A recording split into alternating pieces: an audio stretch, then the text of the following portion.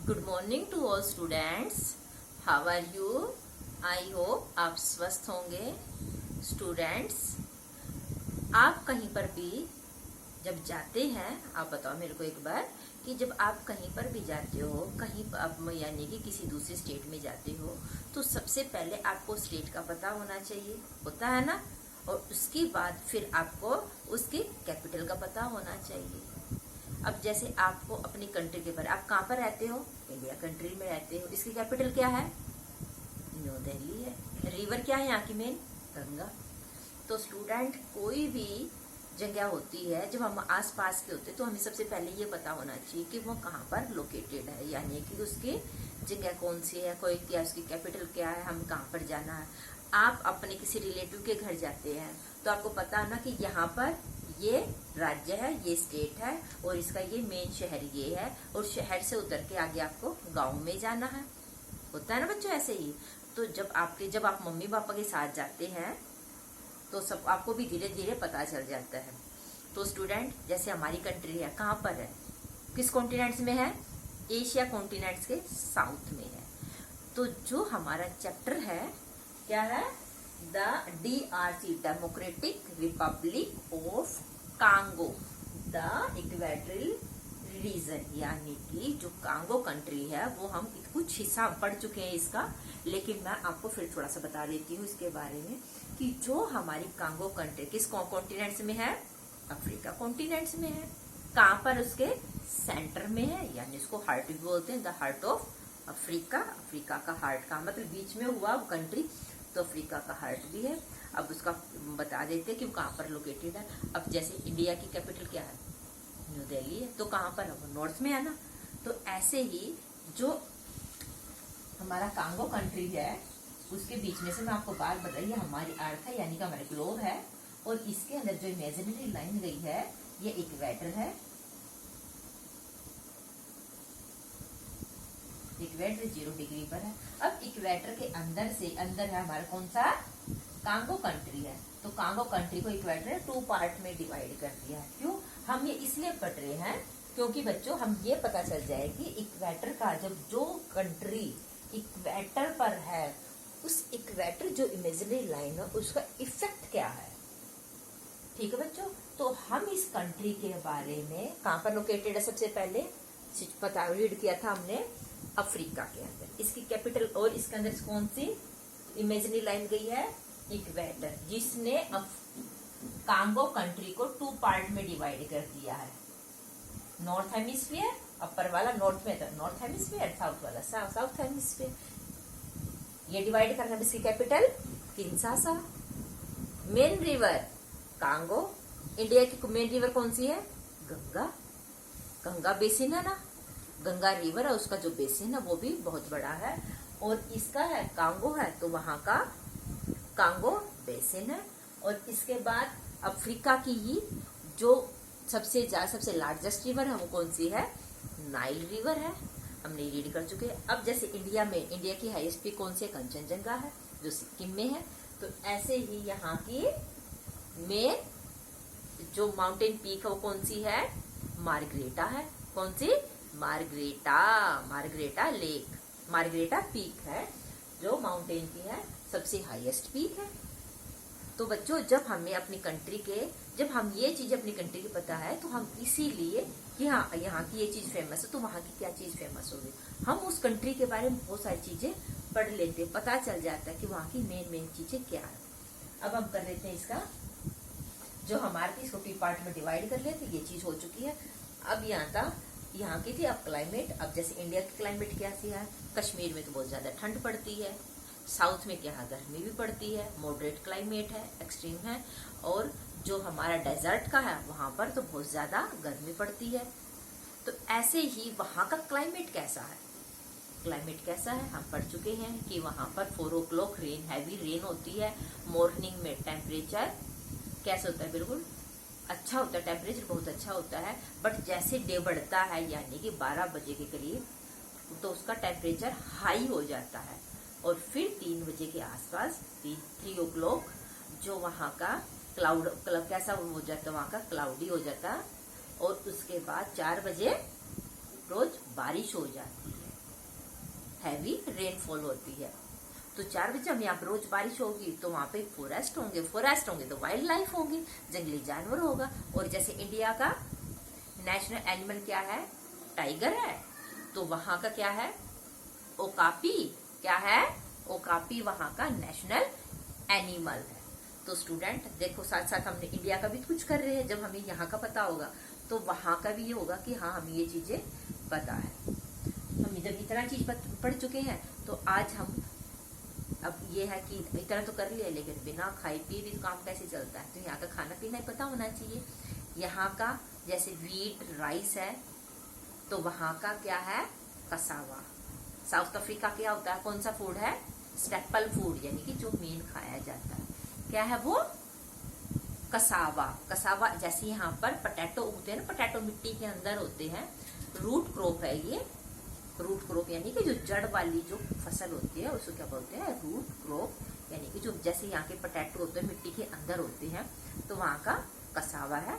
और उससे ही वो पीस कर, उसको सुखाकर, उसको ड्राई करके उसको पाउडर बना के उससे ब्रेड वगैरह बनाते हैं। तो स्टूडेंट आज हम कर लेते हैं कि वहाँ के लोग कैसे हैं, किस जाति के हैं, वहाँ की लैंग्वेज क्या है, हम इस बारे में पढ़ेंगे। आप तो आप भी जब पढ़ाया जाए बिल्कुल ध्यान से पढ़ा करो, और साथ ही साथ ध्यान रखा करो कि वहाँ का खाना पीना, यहाँ की लैंग्वेज क्या है, और वहाँ का एनिमल्स क्या है। जो भी चीज आपको पढ़ाई जाए तो ये मेन चीजें आपको याद होनी चाहिए। तो अब स्टार्ट करते हैं आज का अपना चैप्टर।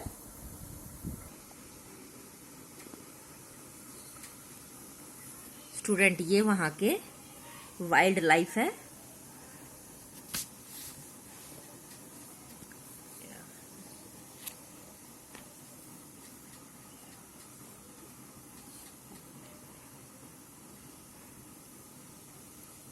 यहाँ की वाइल्ड लाइफ है,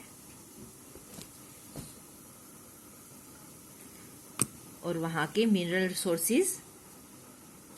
वर्ल्ड में सबसे ज्यादा मिनरल रिसोर्सेज कहाँ पर है, कांगो कंट्री में। ये जो भी मेन सारे ये है क्या है, मिनरल्स है, वो कहाँ पर मिलते हैं, कांगो कंट्री में इनकी माइनिंग है। और डायमंड भी सबसे ज्यादा कहाँ पर, लार्जेस्ट मेटल प्रोड्यूसिंग कहाँ पर है, कतांगा। कतांगा एक जगह है जो कि कांगो कंट्री में ही है। ऑक्यूपेशन पढ़ चुके हैं, वहाँ का फार्मिंग और माइनिंग मेन ऑक्यूपेशंस है। कसावा मैंने बताया था, वहाँ का स्टेपल फूड है, मेन फूड में। रबड़, प्लम, कॉटन, तंबाकू ये वहाँ पर ग्रो किया जाता है। अब हम पढ़ लेते हैं लाइफ ऑफ पीपल, मतलब वहाँ का लोगों का जीवन क्या है, कैसे है।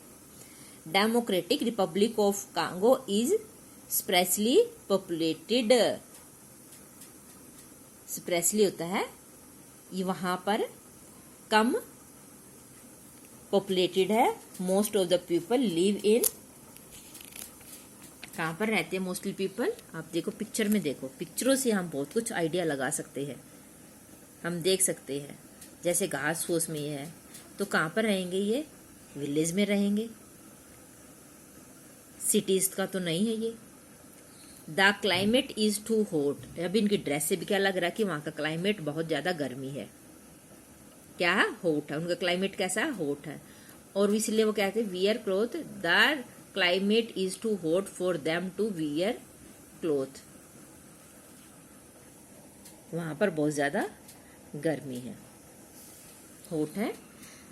Most people are belong to the Bantu Negroes. जो निग्रोज की एक जाति होती है, कौन सी, बंतु, उससे बिलोंग है, उससे संबंधित है। कौन सी, निग्रोज, बंतु। जो बंतु निग्रोज है उससे संबंधित है, वहां के लोग उस जाति से संबंधित है। They are tall and heavy curl. ये क्या, लंबे और हैवी, और हैव करली, और जो इनके हेयर है वो भी करली है। They are fond of dance और म्यूजिक। वो किसके शौकीन है, डांस और म्यूजिक के। फॉन्ड ऑफ होते बच्चे शौकीन। They have a traditional way of living. जो उनका जीवन यापन है, जो जीवन जीते वो कैसे है, ट्रेडिशनल, यानी कि उनमें जो आज के टाइम की जैसे क्या है वो है ना, ट्रेडिशनल होते परंपरा, जैसे उनके बुजुर्ग जीते आए हैं वैसे ही। यानी कि वो जो खाते थे पीते थे या फिर जैसा पहनते थे, इन्होंने भी कोई सुधार नहीं किया है। Those who have migrated to town and city to the work in mine and factories।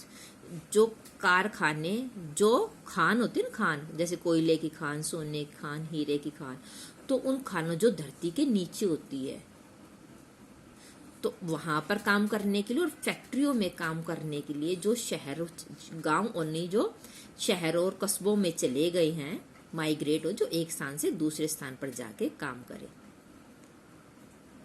और वहां पर रहने लग जाए। Who have migrate to town और सिटीज, जो शहरों और जो कस्बों और शहरों में काम करने के लिए कहाँ पर माइन खानों और फैक्ट्रियों के लिए चले जाते हैं। Have hover adopted modern lifestyle, तो उन्हें लाइफस्टाइल जो जीवन जीने का जो तरीका है वो मॉडर्न है, जो शहरों के जैसे कपड़े पहनते हैं या और है, तो उन्होंने अपना जो गांव में जीवन यापन करते थे उनको छोड़कर नया शहर के तरीके तौर तरीके उन्होंने अपना लिए। कैसे? आधुनिक मॉडर्न वाले। The original inhabitants of the country are pygmies, जो वहां के ओरिजिनल क्या है? इनहेबिटेंट, जो वहां के जो हैबिटेंट है यानी कि आदिवासी वगैरह है, ठीक है, जो वहां के जो सबसे पहले कौन थे? वो पिग्मीज थे। क्या थे? Pygmies, the original inhabitants of the country, जो कंट्री के जो वहां के सबसे पहले और ओरिजिनल इनहेबिटेंट्स थे वो थे पिग्मीज। वो कैसे थे? They are short in height, वो हाइट के कम होते थे। They average height being 1.5 metre, 1.5 metre की उनकी हाइट होती थी एवरेज।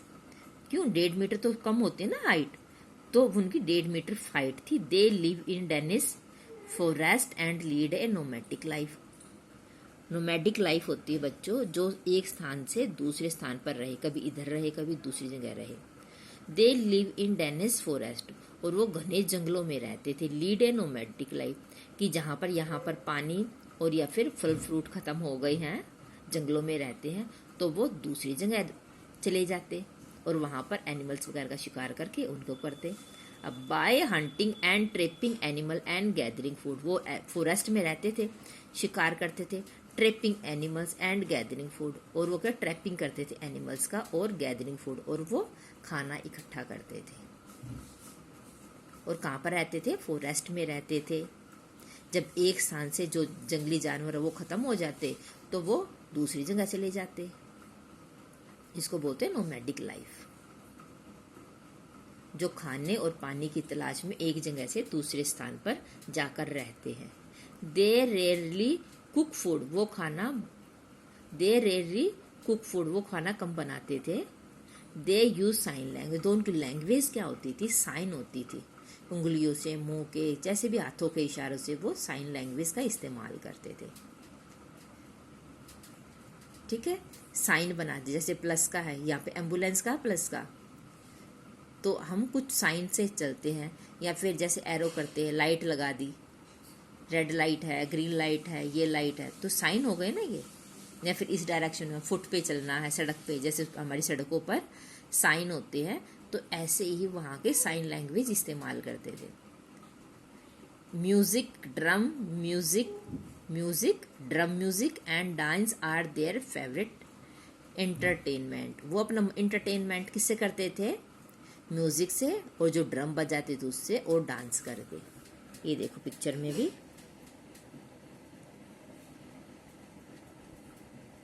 जो पिग्मीज थे वो ऐसे जंगल में तो रहते थे, तो जंगल की जो ड्रेस थी, यानी कि लकड़ियों को या और उन चीजों से अपने आप को कवर करना। The country is developing fast. अब जहाँ पर मिनरल, ये तुम्हारे जो उनका जो पहले का जो लाइफ, जो गांव के जो लोग थे वो लाइफस्टाइल बताया है, बट वहां पर अभी क्या है? डेवलपिंग फास्ट, वहां का विकास होने लग रहा है, मतलब बहुत जल्दी सब कुछ बदल रहा है। क्यों? क्योंकि वहां पर खाने हैं, एक्सपोर्ट करते हैं, सोना चांदी डायमंड ये एक्सपोर्ट करते हैं, यानी कि दूसरे देशों में भेजते हैं उनको। अब दूसरे देशों को जब यहाँ पे भेजेंगे तो वहाँ पे वहाँ की इनकम भी अच्छी होगी, फाइनेंशियली भी वो अच्छे होंगे, यानी वहाँ उस कंट्री में पैसे भी होंगे। The country is developing fast, बहुत जल्दी उसका विकास होने लग रहा है इस कंट्री का। More facilities are being provide, बहुत सारी फैसिलिटीज सुविधाएं आर बीइंग प्रोवाइडेड, बहुत ज्यादा सुविधाएं वहां पर दी जा रही है। And the standard of living is also improving, और लोगों का जो रहन सहन है उसका भी लेवल ऊपर उठ रहा है, यानी कि उनको लोगों को खाने का, पहनने का, रहने का, ये तौर तरीके में भी बहुत बदलाव आया है। There are over 200 ethnic group, जो एथेनिक ग्रुप कितने हैं, 2200 से भी ज्यादा, 200 अबाउ एथेनिक ग्रुप। किसके अब ethnic group? Of which majority are Bantu people, Bantu people कौन है? निग्रोज है, और इनके ग्रुप है कितने? 200 एथेनिक ग्रुप, कितने? और मेजोरिटी है वहां पर लोगों किसकी? बंतु पीपल की। यह है बंतु पीपल, इनका लोगों का स्टैंडर्ड, लिविंग स्टैंडर्ड सुधर गया है। और वहां की ऑफिशियल लोग अगर आपस में बात करते क्या लैंग्वेज इस्तेमाल करते हैं? Sign language. बट वहां की ऑफिशियल लैंग्वेज, यानी कि वहां के ऑफिसों में या लेन देन में जो भी चीज, जो लैंग्वेज प्रयोग की जाती है ऑफिशियल होती है, जो ऑफिस की भाषा होती है, वो कौन सी?